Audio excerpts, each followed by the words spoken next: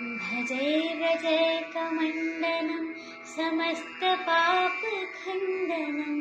स्वभक्तचित्तरञ्जनं सदैव नन्दनन्दनं सुपिच्छगुच्छमस्तकं सुनादवेणुहस्तकम्